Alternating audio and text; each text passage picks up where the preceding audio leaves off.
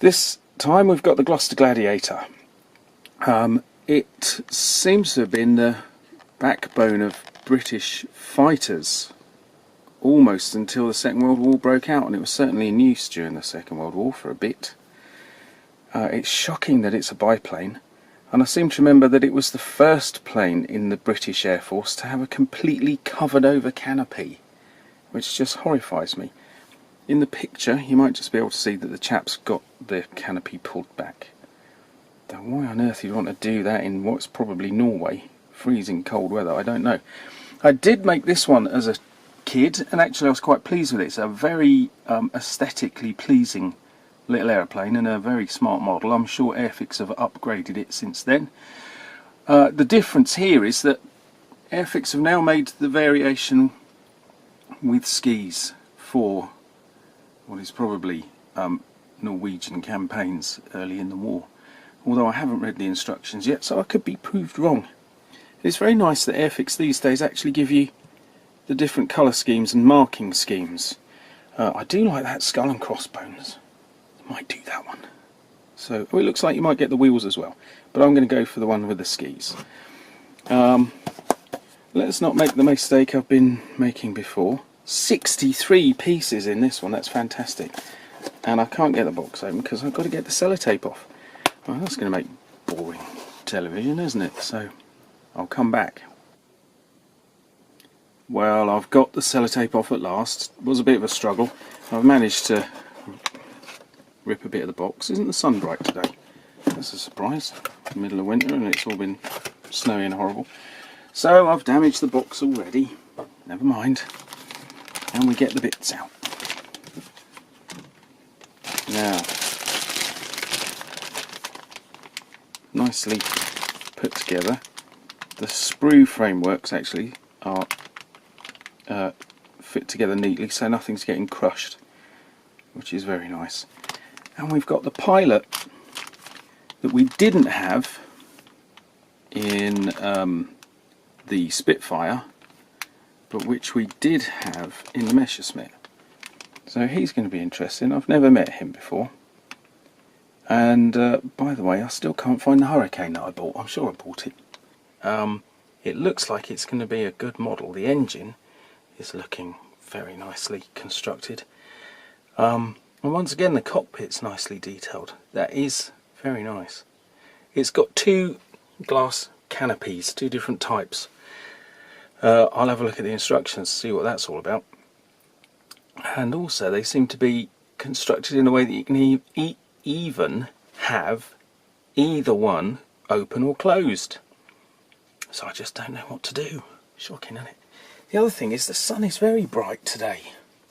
Last week it was there was hardly any sunlight at all, but now not only is the shadow getting cast, but I'm doing this in the window to get a bit of light, and there's an amazing shadow of the window frame heading across at high speed to blank everything out. And I don't remember the sun moving that fast around the sky. Seems to be in a bit of a rush today.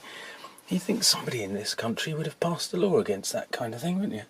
Mind you, a sunny day like this, I probably should have been outside clearing up the front yard and things. Oh well, I'll stick with this. Well, it's a good job I looked at the instructions leaflet at some point, because I was going to spray this grey. It looks like it's grey when you look on the box art, but it turns out it's silver. Now I know the Gloster Gladiator was often silver, it was often camouflage as well. A lot of interwar planes, military or civil, do seem to have been silver. Silver seems to have been trendy, so I shouldn't be surprised, should I? But the idea that it's got green camouflage over the silver, that's quite rare, so I've got to have a go at that. I'm going to have to do some colour now, and I know colour doesn't like going over silver because it has a very strange surface. So this could all end up a mess, but we will see. I am also going to make it to a degree and then paint the camouflage on the lower wings and probably on the body, because as it's a double winger, painting it all once the top wing's on is going to be complicated. and they have rather nicely camouflaged the lower wing, which is very good. So once I've got that far, I'll go on to a bit of painting and then finish off. And already I'm thinking perhaps taking on a double winger at this point, a bit early in the process. I might have bitten off more than I can chew. This in particular I like. It's a machine gun. It sits there and slots through a hole and comes out on the other side. Obviously it's how the aircraft was constructed in the first place, but it works very neatly as a bit of model making. So I do like that. That's good. And then finally, the interior of the cockpit. And that's just showing up. And it raised a problem, because I put the decals or transfers on beforehand. I lost one in this corner. Now, as you can see, there's been a little bit more construction gone on, and very exciting it is too. First of all, I've put the bottom wing on. It slots into place nice and tightly. Obviously this section across here has been put on, and I've run ahead of myself very slightly and I've put the tail on. The legs are nice and sturdy. I don't want them to run into any troubles. This cowling, little gaps, gap there, fine gap there. The skis, aren't they sort of their era? There's an air of Hercule Poirot about these, and they're actually skis with sort of feet.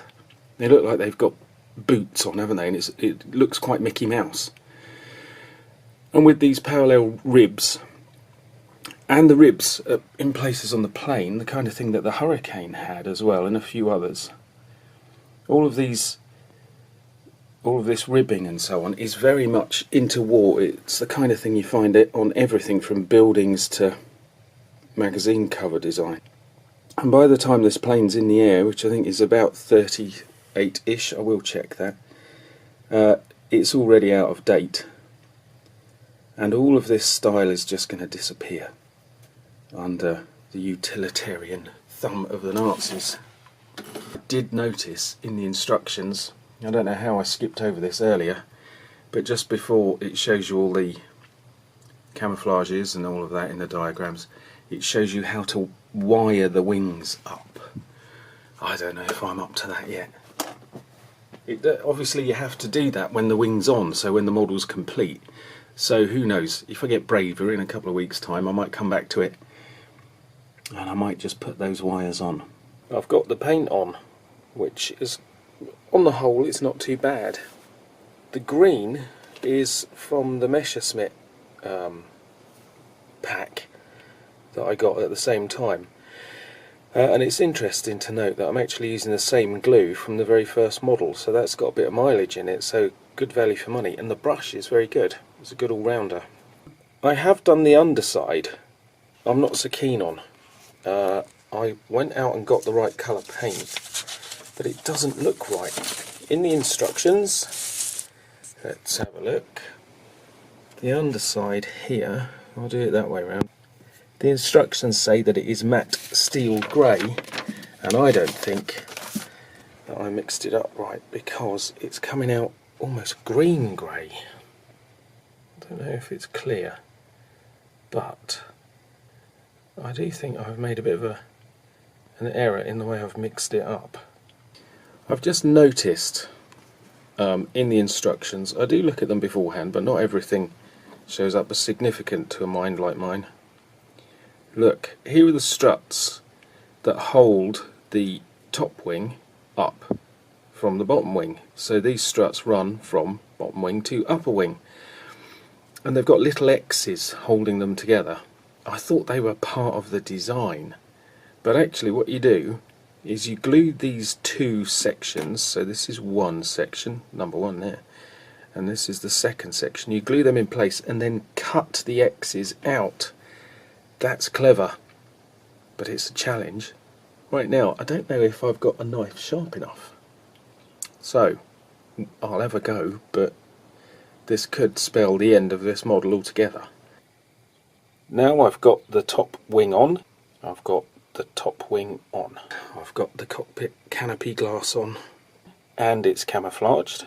I would have been concerned myself because all of the wavy lines, the green wavy lines, are complete. They run from one end of the wing to the other, and that tends to make it easy to define an object even if it's moving, because you can sort of say to your mate, shoot at that thing with all the wavy lines. Whereas if you break them up about 2/3 of the way through, some of them can go all the way to the end, but if you break them up like real tiger stripes, it's much harder to see, and you get that fraction of a second where you wonder what on earth you're looking at, which gives, in this case, the pilot and the aircraft the advantage. You get two types of cockpit canopy.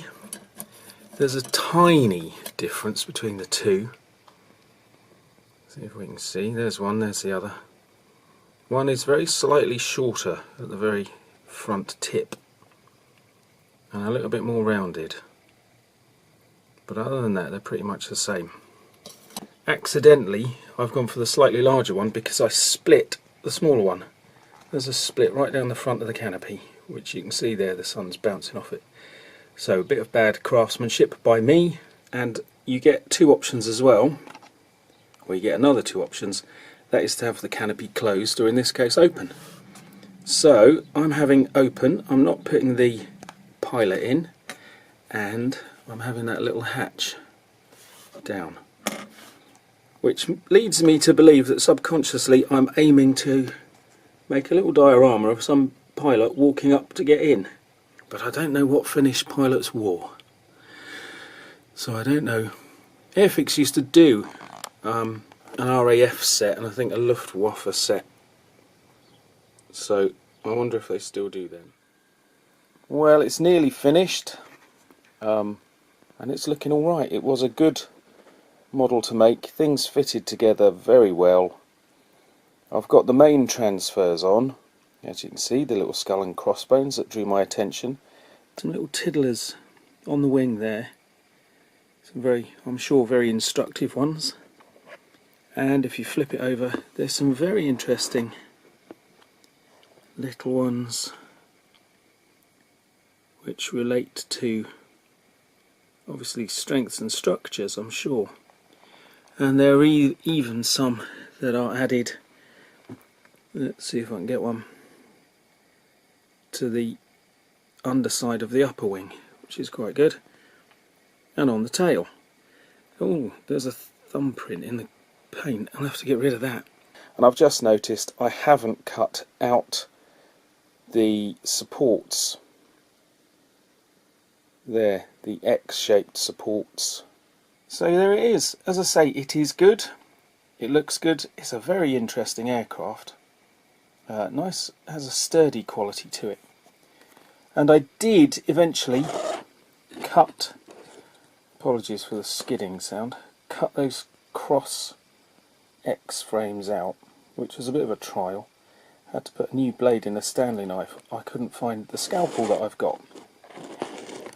Consequently, because I had to use such a big knife, I broke this strut. So there it is, patched together with super glue and not quite fitting properly. Sits a bit proud on the wing. That kind of thing. But apart from that, it went okay. It's very nice. I did also have a quick read of the instructions while I was waiting for the paint to dry, and it is an interesting aeroplane, but it does again show the strange conservative, I assume with a small c, conservative view that the sort of War Office seem to have had on everything from tanks to aircraft. The Gladiator entered service in 1936, so I think I was out by a couple of years there. And it includes new innovations. It was the first fighter to feature a fully enclosed cockpit. I'm not sure that that's an innovation. It seems a bit late, 1936, to fully enclose the cockpit. Well, we haven't got that far yet, that's for later. It was still a biplane, the instructions point out. Its top speed was 257 miles an hour. I think I need to check what the Messerschmitt and what the Spitfire were, to see what it was.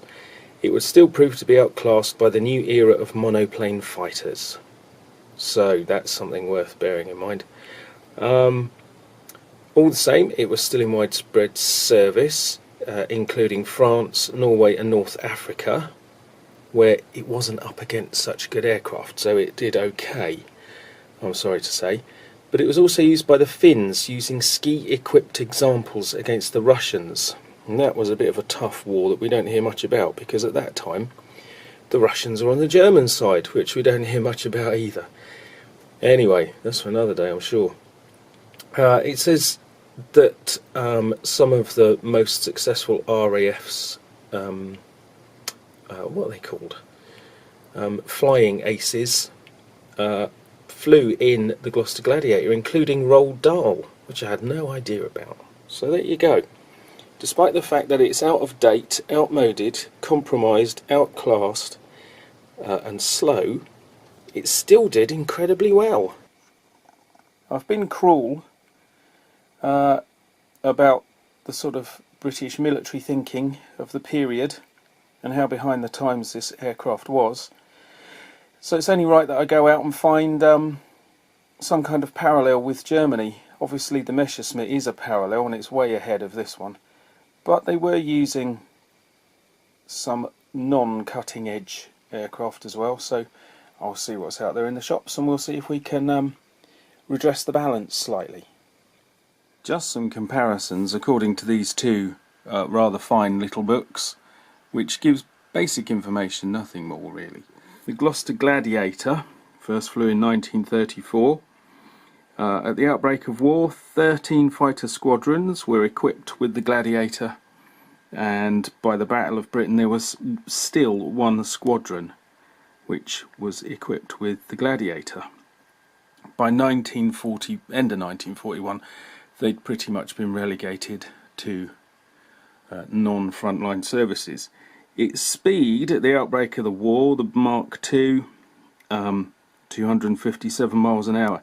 In comparison, at the same time, the simple, or the earlier Messerschmitt 109 from around about 1938, 292 miles an hour. So that's nearly 40 miles an hour faster. The Hurricane, same year, 38-39, 322 miles an hour, so that's ahead of the Messerschmitt. And 1939 Spitfire Mark I, 362 miles an hour. So by the outbreak of war, the Gladiator was a thing of the past. Doesn't that look like we're back out in the snow and the wind and things? I don't know why I do this.